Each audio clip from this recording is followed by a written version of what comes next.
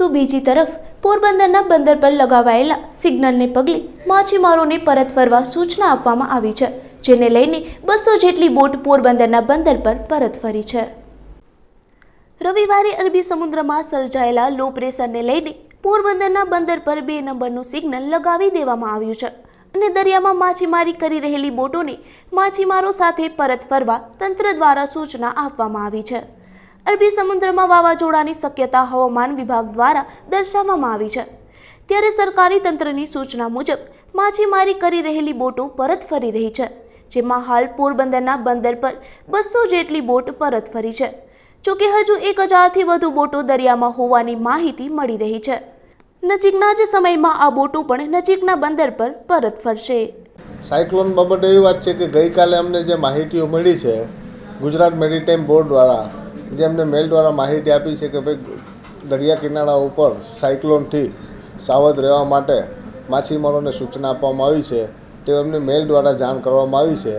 તેમના કારણે અમે પણ બધા તમામ માછીમારોને તેમની બોટો સલામત સ્થળે રાખવા અને દરિયાની અંદર સાવચેત રહેવા માટેની સૂચનાઓ આપી દીધેલ છે।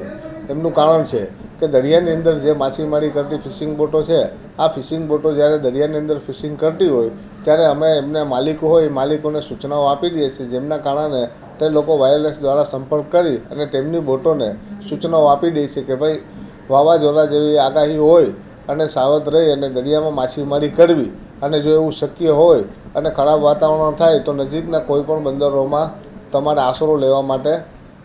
જવું, એવી પણ એક સૂચના આપવામાં આવે છે। અને હાલમાં જે ફિશિંગ બોટો ફિશિંગ કરીને આવે છે, 150-200 ફિશિંગ બોટો અમારી જે આવેલી છે બંદરની અંદર, આ ફિશિંગ બોટોને અમે અહીંયા જ રહેવાની સૂચના આપીએ છીએ, કારણ કે જો ફિશિંગમાં જશે અને વાતાવરણ ખરાબ થાય તો ફરી પાછો એ લોકોને ખર્ચ બહુ મોટો ખર્ચ આવે અને ખર્ચ ભોગવવો પડતો હોય, તેમના કારણે નુકસાની જતી હોય અને જાનમાલની નુકસાની ન થાય